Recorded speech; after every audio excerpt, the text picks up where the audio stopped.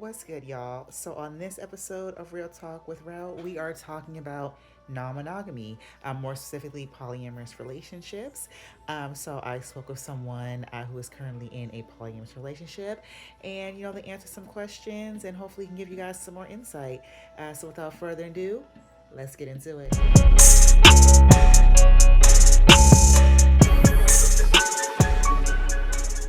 All right, there we go. Well, first, I want to thank you so much for doing this. I know I was supposed to do this when I looked at the messages. I swear it was like 4 years ago that I had messaged you up. But I finally got around to Time flies. it. So that's fine. Got around to it. Yeah, so thank you again for doing this with me today. So today I wanted to, talk about, non-monogamy, non-monogamous relationship. And to my knowledge, you do have some experience with that. I Okay, okay. do. So, how long have you been in a non-monogamous relationship? Uh, so with my husband, we opened up our relationship about 3 years ago Okay. now. So at first, it was kind of like curiosity. It was like basically getting to a point where I realized, am I allowed to make this decision for myself? Am I allowed to bring Hmm. this up? And when I did bring it up, when I felt safe to do so in my relationship, um, it was supported. Like he supported me, and since then I've dated a little bit. I now have a long distance partner as well that I've been with for two Oh, years, and it's definitely been a journey, but I think it's been very yeah, rewarding. yeah, that's good. So, how did you go about expressing that? Because I know like that has to be kind of scary to express it because it's kind of like a little bit of fear, like how are they gonna take it? Like, Absolutely. so like how did yeah. Yeah, I think because my husband is kind of a relaxed and chill person, he's kind of more calm than like I'm comfortable with. So I didn't have like any fear of like reprisal or him getting mad at me, but I didn't really have an idea of what, it would mean Mhm. to him. So I realized all I could do is bring it up in conversation. And the conversation wasn't, I'm polyamorous, it's this or nothing. It was, how do you feel about this? Are you comfortable with it? Do you have concerns? And like it wound up being something that like we both understood. People sometimes fall in love with multiple Mhm. people. They can have a variety of different feelings for different people, and that's okay. And we have been able to explore That's that. great because we grew up in a society where it's like it's always talked about monogamy, and it's crazy because like you can love Mm-hmm. multiple family members, you can love multiple children, you can love multiple friends, but when it comes to romantic love, it's like oh no, only one person. And I think Mm-hmm. that even in time, there's been a time where even like in school, like you've experienced having a crush on two people, like you've liked more than one person at the same Yes, time, exactly. and that's perfectly normal. But then when it comes to actually loving someone we kind of cut that off. And there's always been, I guess, like this stigma around, non-monogamy. And I've heard like so many different things like, oh, well, people who are non-monogamous, they're being greedy or, they are lacking confidence. And I think that's absolutely crazy. Like, have you ever had like people say things like that to you or have people pass judgment based off of, you being polyamorous? I haven't had any many direct experiences. I've had people who thought I was cheating on my Mm. husband, which, it cannot be cheating if it's something we both Yeah. agreed to. While cheating can happen in non monogamous relationships, because cheating is essentially breaking a barrier, I mean, is a Mm. betrayal of trust. And while that's possible, just the act of me being polyamorous and wanting more than monogamy does not make me a Yeah, cheater. yeah, definitely. And when did you realize that you weren't monogamous per se? Like, is this something that you knew for a while, or did it just, kind of happen as you got older? So I realized back in high school, I was a third in somebody's relationship. And to me, it was just like, oh, this is nice. I like her. I'm really attracted to her. And he's pretty cool. So, like, I'm willing to see and Mm-hmm. check it out. Um, But then after that relationship ended, I went back to monogamy for a Mhm. long time. I got married. That marriage didn't work out because we were just not on the same we weren't on the Mhm. same path, and that led to a lot of discord. And then this being my second marriage, I definitely felt safer in a place where I could like express those Mhm. thoughts. I think I've always been a person who had like crushes on multiple people. Um, that idea has never been Mhm. foreign to me. But feeling safe enough in um that it was an option just didn't come to me until, like the last few years.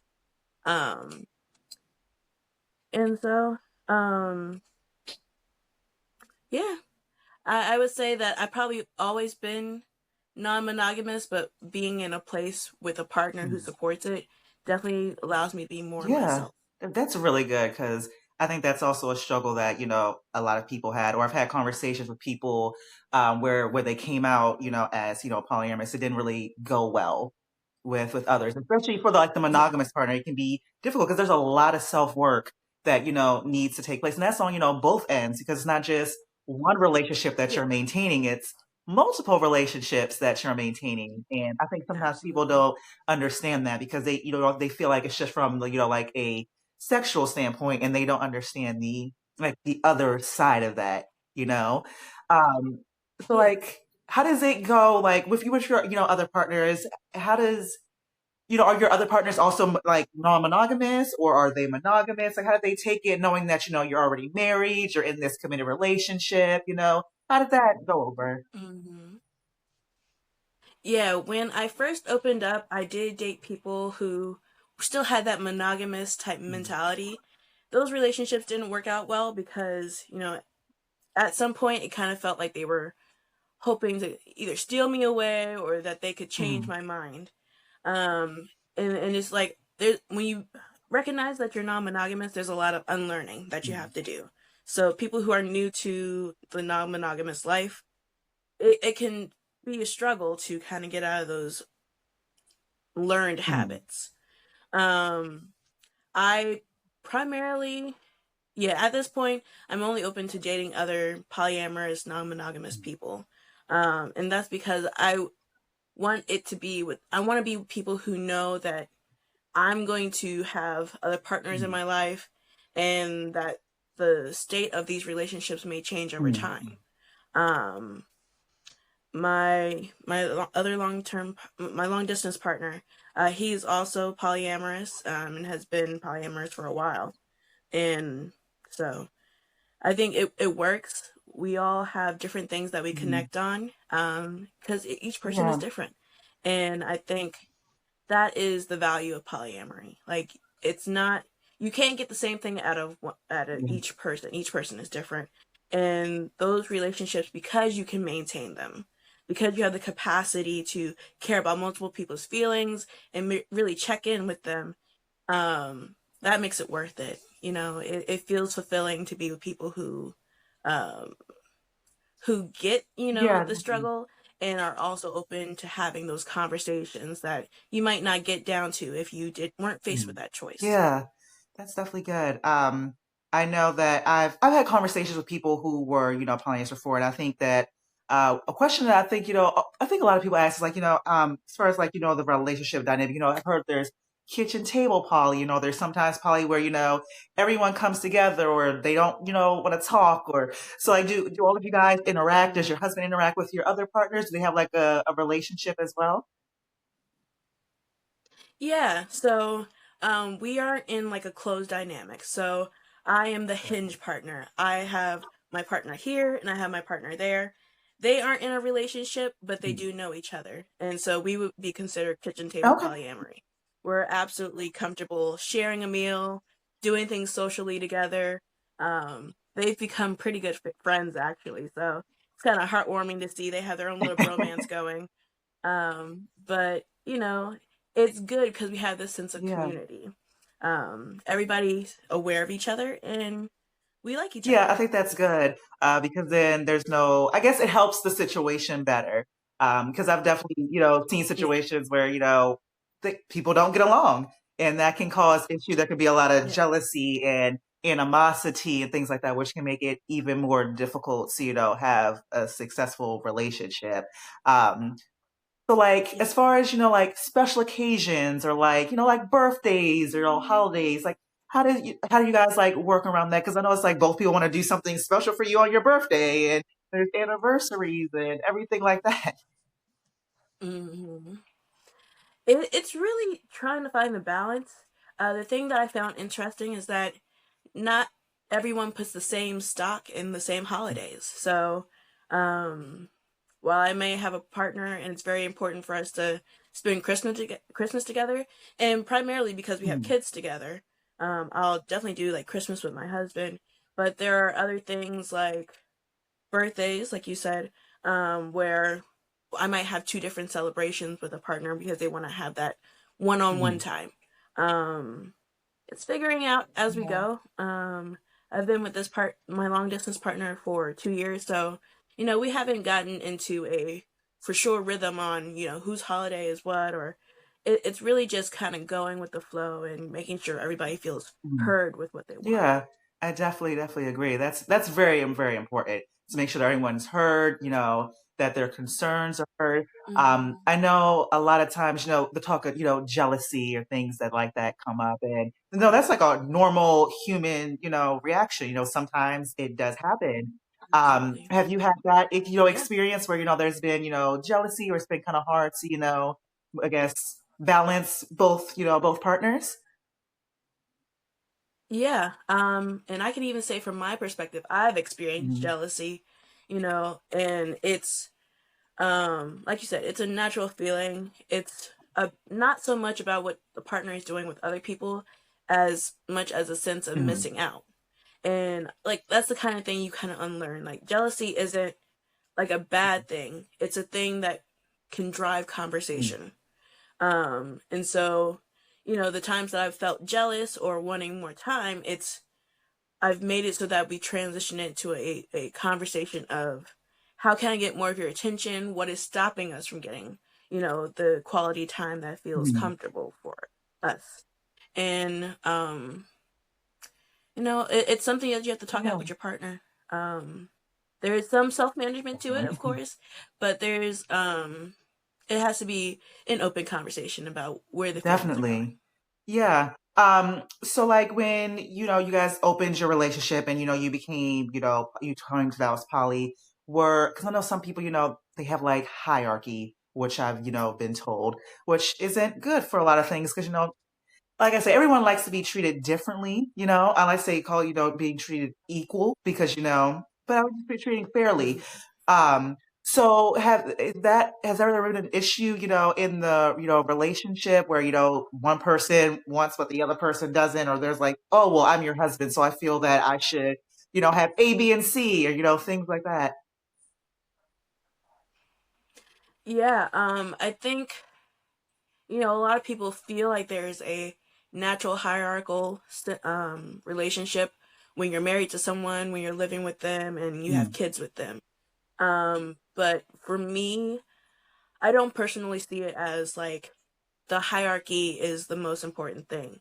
Um, I try to see both of my partners as having their own mm, unique needs and me being honest about what I can support and what I mm, can't support. So, and it depends on the day. Like, if my boyfriend, my long distance boyfriend, needs some time to vent or whatnot, I make sure I incorporate my husband into, that thought mm, process that I have. It's like, I need to spend time here because I know that we'll be able to spend time at a different time.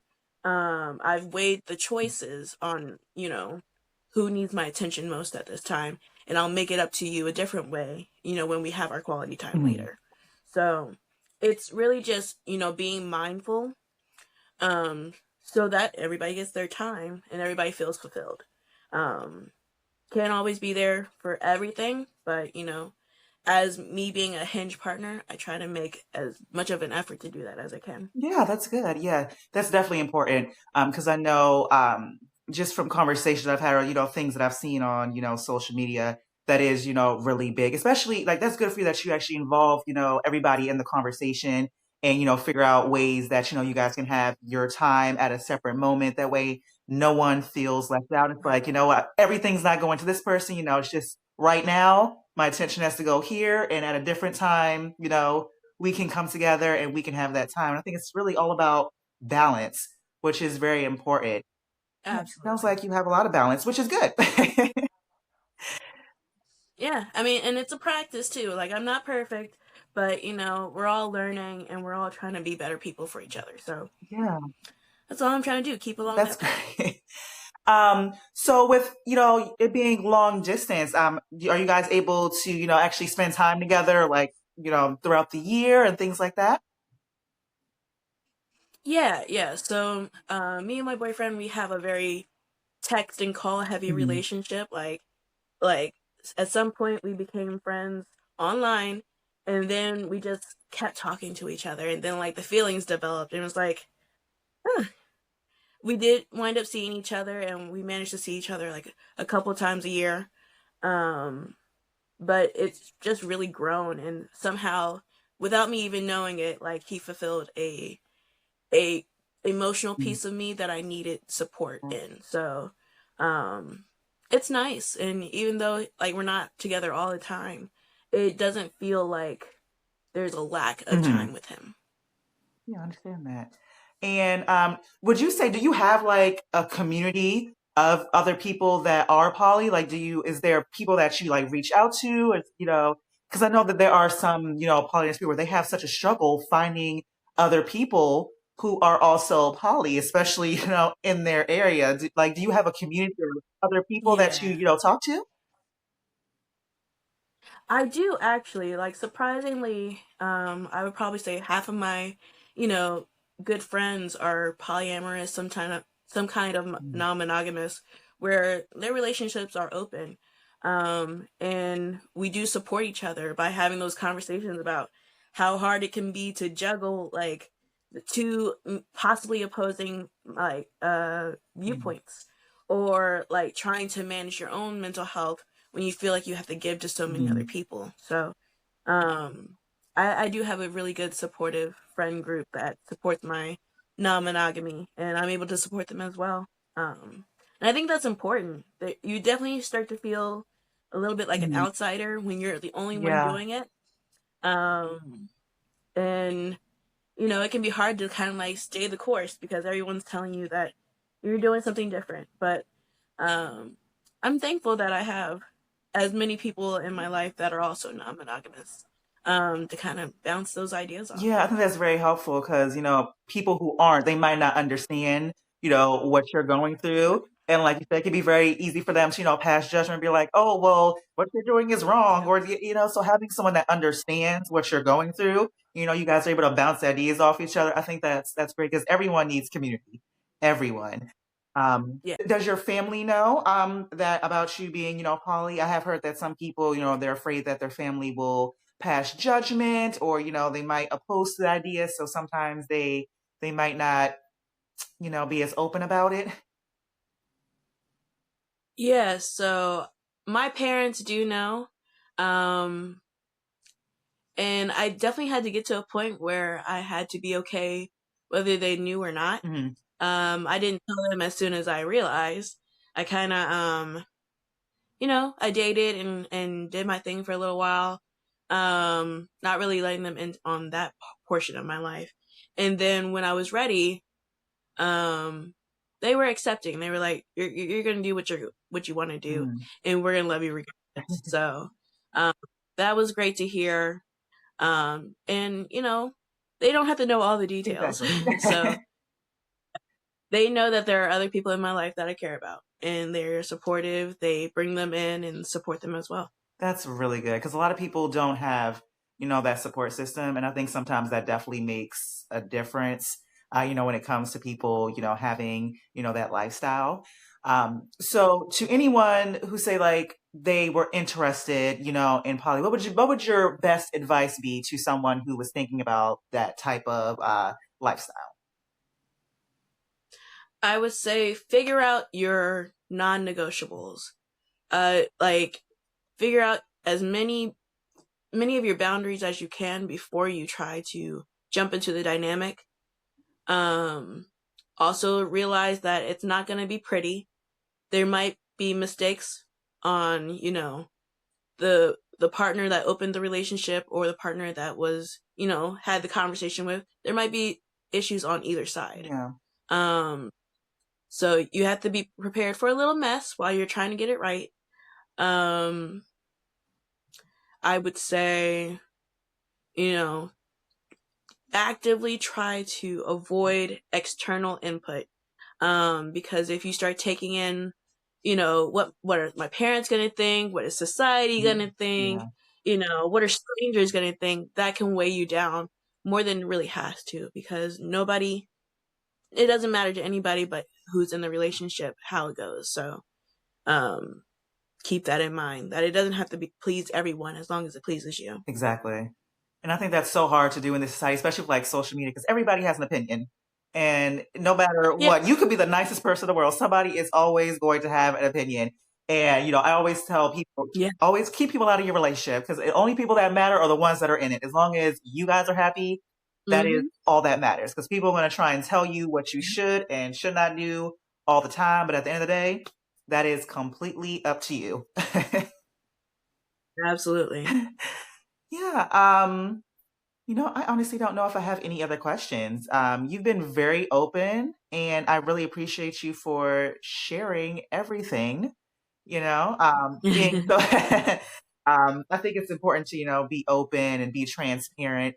And I really wanted to have this conversation because I've seen so much negativity around, being poly, and there's so much stigma around it. So just having someone who's been through it that can share that, positivity and what they go through, I think that will definitely help, especially encourage people who might watch this that are thinking about it or that are in polyamorous relationships. Like, hey, it's fine.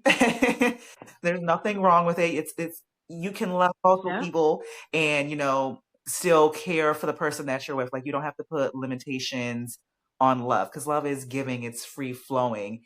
And a lot of times when it comes to Mm. love, we want to be very, very selfish. We want one person to ourselves, and that's not how life is all the time.